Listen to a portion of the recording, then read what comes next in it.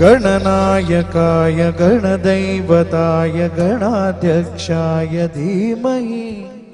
गुणशरीराय गुणवन्दिताय गुणेशानाय धीमहि गुणाधीताय गुणाधीशाय गुणप्रविष्टाय धीमहि एकदन्ताय वक्रतुण्डाय गौरीतनयाय धीमहि गजेशानाय भालचन्द्राय श्रीगणेशाय धीमहि एकदन्ताय वक्रतुण्डाय गौरीतनयाय धीमहि